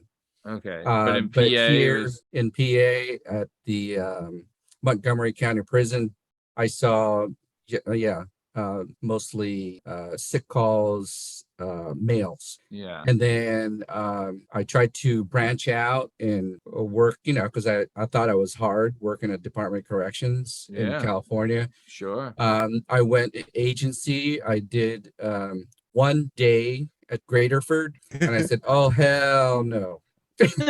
They have too much rights around here, and they could just shank me at any time. And I said, I'm not coming back. I volunteered for the 13-week assignment. And I said, oh no, that's it. Forget it.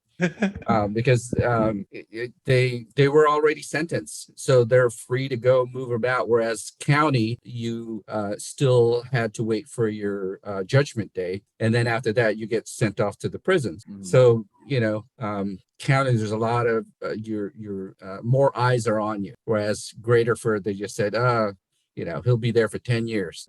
So they have more rights than us, but they liked medical. They just didn't like the COs or the correctional officers. So as long as you treated medical right, then whoever disses the medical then gets punished. Damn. Because we take care of them. if they have sniffles, or they need, anything, we just write them a script. We were autonomous. We can write our own scripts, so we don't have to bother the doctors. And as So long like as on the inside, there was like a thing of like, yo, don't fuck with the doctors. Like the right. inmates, like if you fucked with the doctors, then the inmates did their own type of prison justice, right? Correct. I mean, smart. Don't bite the hand that feeds you. You're literally the only ones that are like looking out. You know what I mean? Yeah, exactly. So, one day at Graterford, I was doing 3 jobs, and one of them at the same time was 2 ERs and Montgomery County prison. I didn't get to do the Chester County because I just had too many jobs at the same time. So, And what you would do, like moonlight weekends and at the prison or something? Yeah. So Fuck. at Bryn Mawr, I was weekends. So weekends, you had 3 out of 4, so that's 6 shifts a month. Yeah. And then I would go work agency, and that agency sent me everywhere. To Brandywine or Pottstown, or and then I worked so much there that they thought I was staff. But now Brandywine's closed, Jennersville's closed. So I wanted to do that because I wanted, since we relocated from Southern California, I didn't know the area, so I wanted, the ER saw everything. So that was like the barometer or reference of how bad the area was. I would see, all the shootings. Oh, that makes sense. Shootings, stabbings, Yep, beatings. Yep. And then so my wife did 2 stints of travel nursing. That's how when we relocated, she took a travel assignment at Thomas Jefferson. And, because of the travel assignment, they paid for our mortgages. Whoa, really? So we did travel nursing. I did local travel, agency, and then there's so many different ways, so many different hours that you can work in the emergency department that we took full advantage of it. Hell yeah. I mean, So and I'll cool. tell you, one, good for you of like taking advantage of, I wouldn't say working the system, but like doing good things in the system and maximizing your potential in the system. But 2, damn, dude, that's a lot on your plate though. Like you're seeing a lot of shit. Like, did you ever, if it's too much to talk about, did you ever have anything like kept you up at night, or like moments that just kind of broke you a little bit? Like, did those times happen? Because say you're in the middle, you got a 12-hour shift, say you're 6 hours in, say something comes in that fucking rocks you to your core, you don't fucking leave, you go to the next patient. Like, Right. How the fuck can you do that? You just, and that shit happens, right? That's 30 years. You just compartmentalize. You go, then you walk to the next patient, and the next patient, next patient. You just clear the mechanism. Let's go. Yep. Like, wow. We go from trauma to somebody complaining and sniffles, and you just you learn about humanity. You're like, shut the hell up. Move on. Did you just know what I just went through? And you're like, I just saw someone schmeckle slough off, and you're complaining about a runny fucking nose. Go to hell. All right. That's right.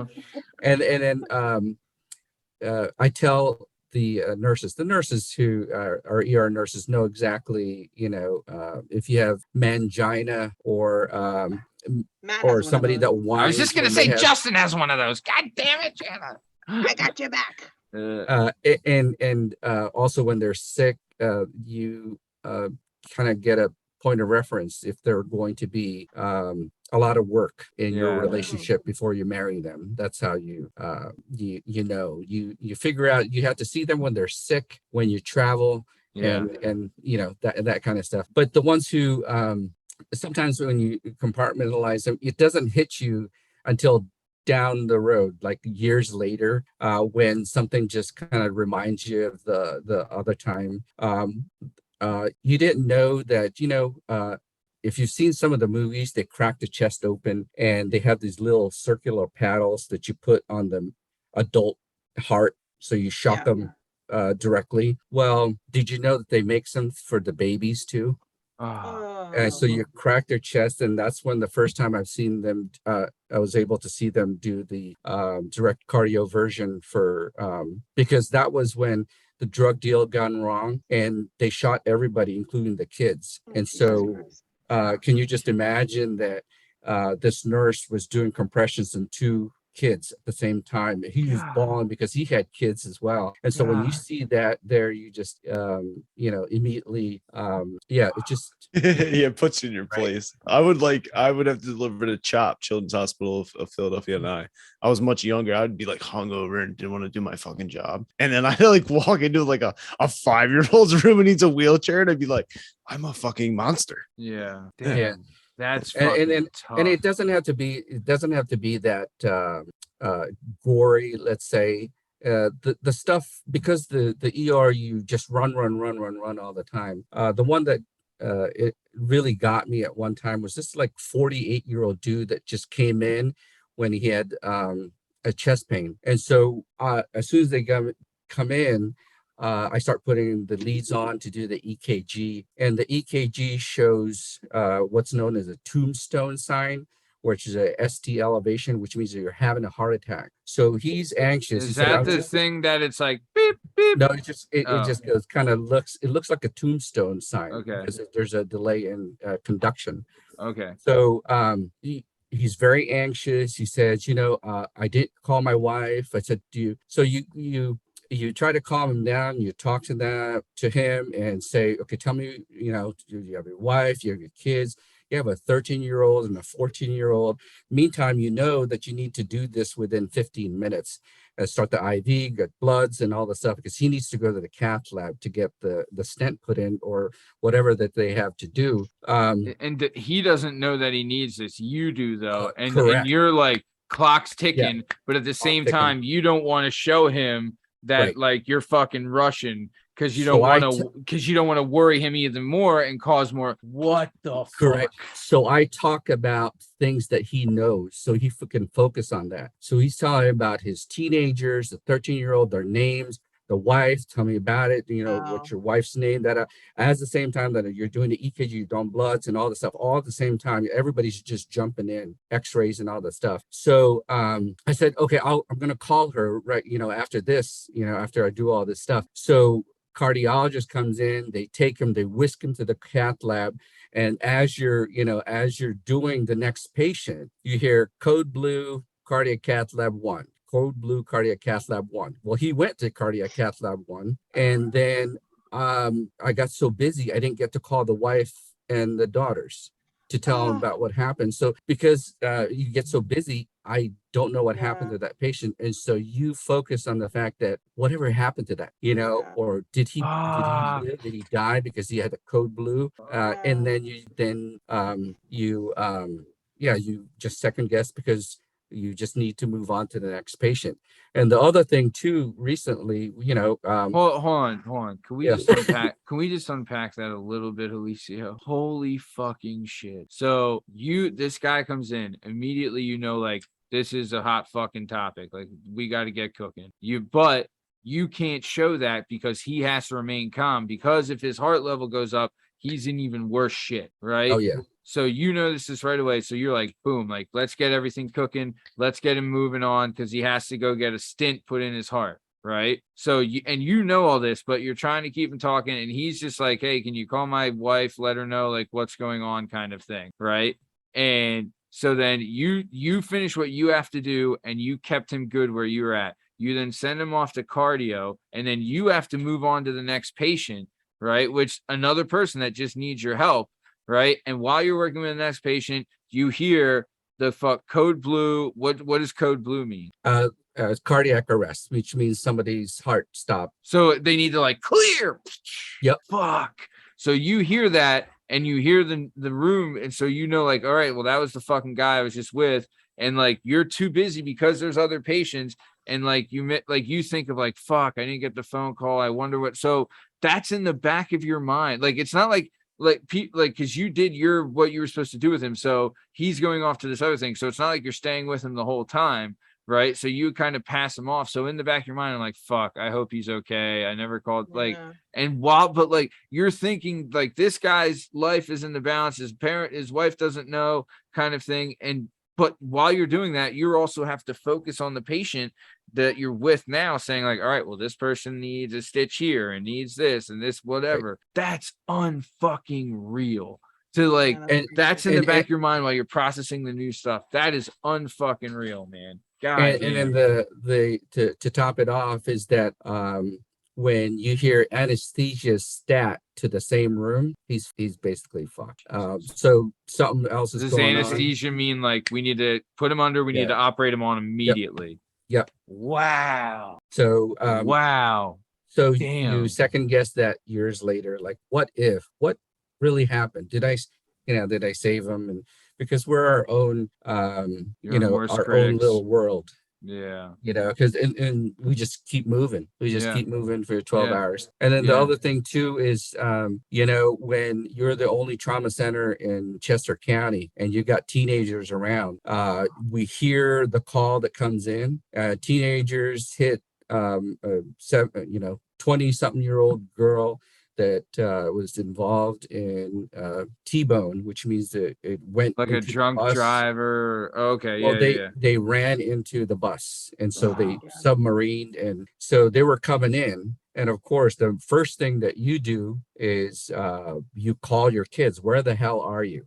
Are you anywhere near so and so? And they're like, no. Like what? Okay, never mind. Just stay away from that. Oh my God. And so she comes in, she looks like your daughter, and so you see all this trauma that comes in. And so you then the parents come in, they have to pronounce her. So have you ever had to tell parents like, oh yeah. So moving on to what I'm doing after 20 years in the ER, I switched to ER case management. So now I don't touch the patients, but then I still deal with all of this stuff. So I'm kind of like a hybrid social worker nurse that deals with insurance and coordinating all the services from the ER and beyond. So that's what Bonnie had said. She said that when it comes to the case management, sometimes you're fighting so hard for the patient, like you become their biggest advocate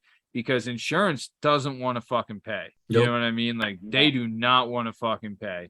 So it's up to you to prove and show that they need to pay for everything, and they're trying to miss stuff and misstep. So it's really like on you and knowing your shit that's going to help the patient out the most, because otherwise they could lose treatment, they could lose all this stuff and have to pay crazy amounts of money. So that's honestly like, I don't know. I mean, it's like, it's all so important and so many different levels. So could you give us like right now with the case management, what's a day in the life like for you right now? So, what I do initially, and I just changed, but 5 days a week, I would cover a floor and also the emergency department, and they would call me to, deal with insurance and basically coordinate care beyond the hospital and make sure that there's a safe discharge. They would come into the emergency department, I get all the information and all the support systems, and I know exactly what they need beyond the hospital when they're, after 3 to 5 days. The job. I know, I've been at bedside for 20 plus years, the job. And I know exactly what's going to happen. So I see a lot of, let's say, Medicare patients. And so I got licensed. I got my insurance license to do that because I wanted to make sure I got the right information. So I got licensed in that. I got board certified in case management. Wow. And I'm seeing a lot of insurance situations right now, especially with Medicare that's coming up, is that some of the Medicare Advantage don't want to pay. So, for example, the recent two examples is one was a guy who had his below the knee amputation. He was in his 70s, and the insurance denied him for acute inpatient rehab, and they also denied him to go to skilled rehab. They basically said, you can go home to your, medically fragile sister who you room with, but you have to go up the, a flight of steps before you go to your front door. So that's one way they try to save money. And so what I did was I told the daughter how to file a grievance as well as an appeal. And finally they capitulated, but it took them 3 days to make that simple decision, which you should have done 3 or 4 days ago. And then just recently another one where the ones who basically are the Medicare Advantage ones, they deny. We have because now you're just falling, your elderly parent is in their late 80s and they're using the walker, but they just fall. They've gone through all the specialists, the neurologists, the cardiologists, all the things that make your legs weak and fall, and they can't find anything. So if they're in assisted living, they won't take them back. So basically, they're thrown back at you to the children to find housing. And to top it off, if you have the Medicare Advantage, then they deny you to go to the rehab. Then they want to speak to doctor, and even when the doctor to doctor, they still deny them. And so the next step is then I tell I coach the kids how to file a grievance and appeal, and it just adds on days to the hospitalization. So that's what I'm seeing right now, and that's really what I'm advocating. And so, and after all that, then because there's not that many skilled case managers, I also volunteer to be on call for the 4 emergency departments during the weekends. God, you're amazing. For all dude, 4 you're a ERs. fucking angel, dude. You are a fucking angel, man. Like you really are. You are just like, it is a calling that you are just meant to help people, bro. Like you're a great dude, man. God bless you, man. Oh, thanks. 100%. But if we didn't do that, if they didn't flow with the case managers, then during the pandemic, the hospitals would just stack up patients in the emergency department. And so that's why I volunteered for the past 2 years to because nobody likes the ER. I love the ER. And so they just tapped me, and I knew all the doctors because I work with them. I build rapport. And so when we came to a sticking point, I just said, "Come on," and they're like, "Okay." And then so, "Hey, Eliseo, solve this." I solved it because they just said, "Make sure this guy's taken care of, and it's taken care of."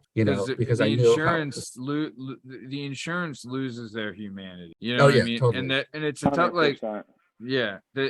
Honestly, it is what it is, right? Like we all know what the insurance racket is. They'll pay, they're not trying to pay more, and they don't care if someone's sick or not, or if this will save someone or this won't. Like the humanity's thrown out the window when it comes to insurance. And for you, you're really the one, like the real saving lives is getting people the treatment that they need. You know what I mean? Like having the ability to work the system and get insurance to pay for that, like that is a big part of the saving lives that you do, and it's an incredible thing, man. And you should be very proud of what you do. And you do, like, with the service you provide makes the world a better place, and the world will be better with more people like you. I firmly believe that. You'd be very proud of yourself. No, of course. So I will say this, man, this has been a hell of a fucking show, and we're coming to the top of time though.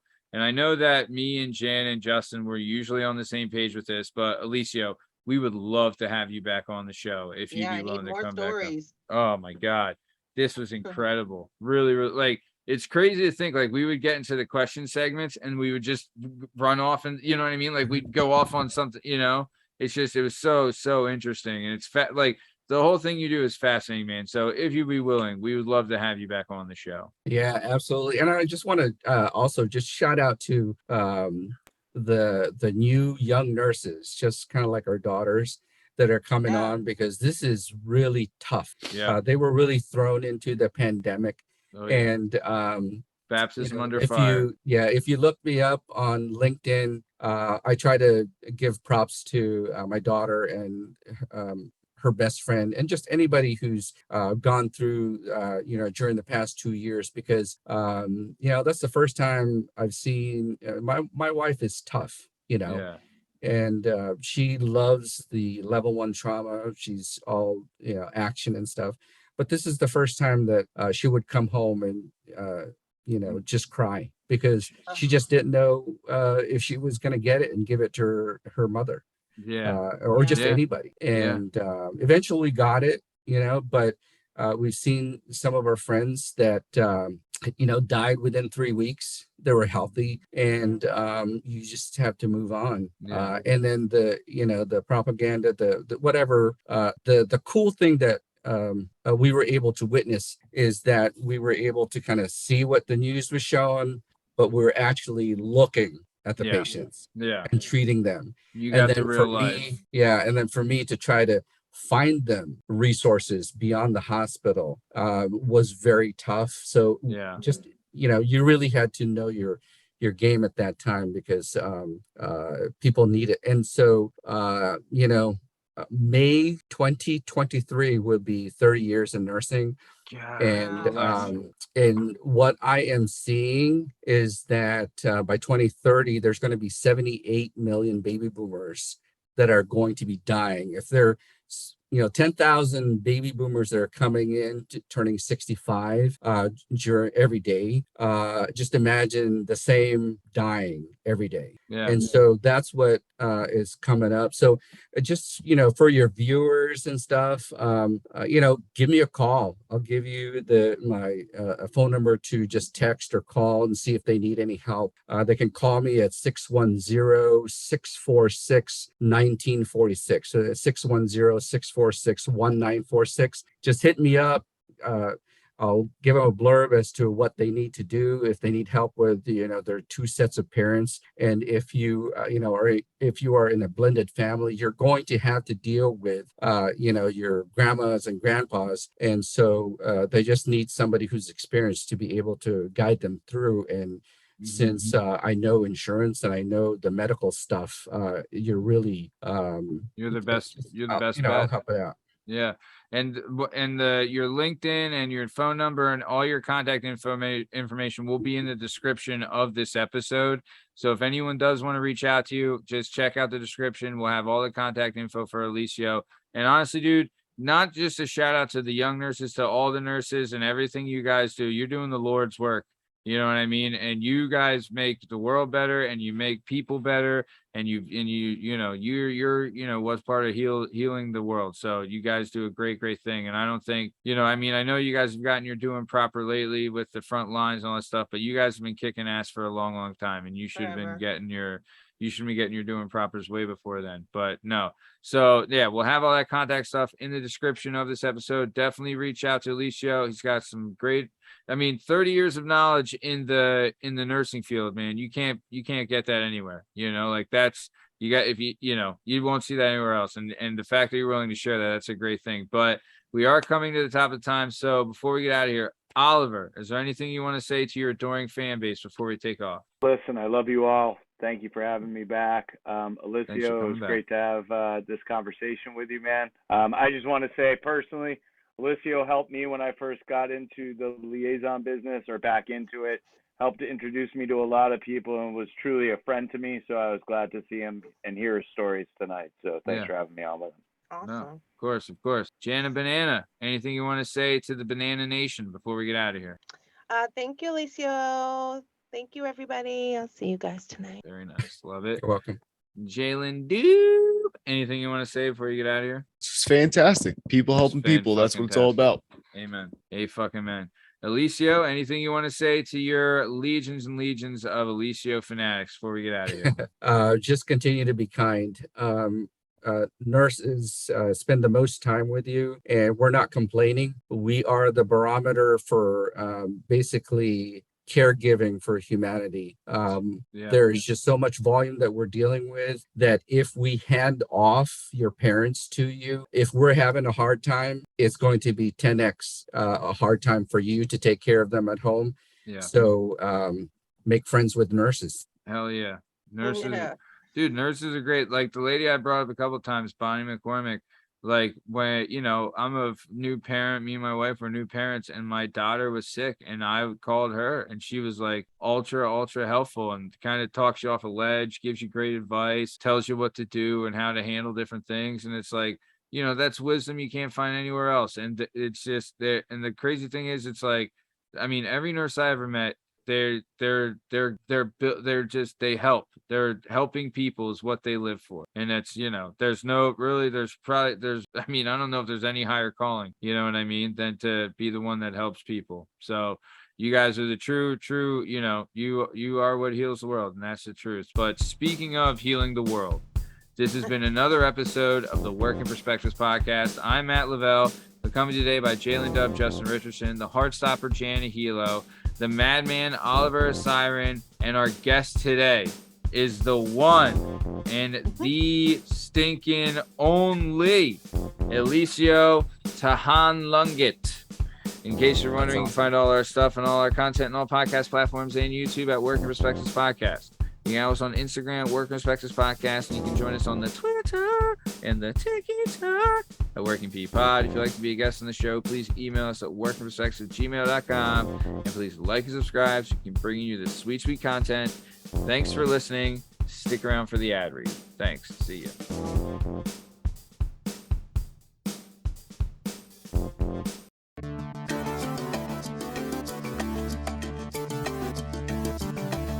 Do you have a message or a story inside of you that you've been waiting to tell?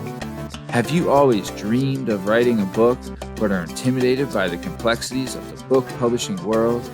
Perhaps you want to use a book to launch your public speaking or consulting career. If so, please reach out to Scott & Bell Publishing, located right here in beautiful Philadelphia, Pennsylvania. Scott & Bell Publishing handle all genres and authors with all experience levels. Scott & Bell Publishing gives authors 100% creative freedom and a higher royalty split.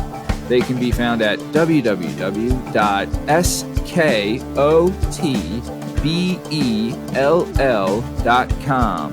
That's www.s as in Sam, K as in Kite, O as in October, T as in Tom, B as in Boy, E as in Edward, L as in Larry, L as in Larry.com. That's Scott & Bell Publishing, where the authors go.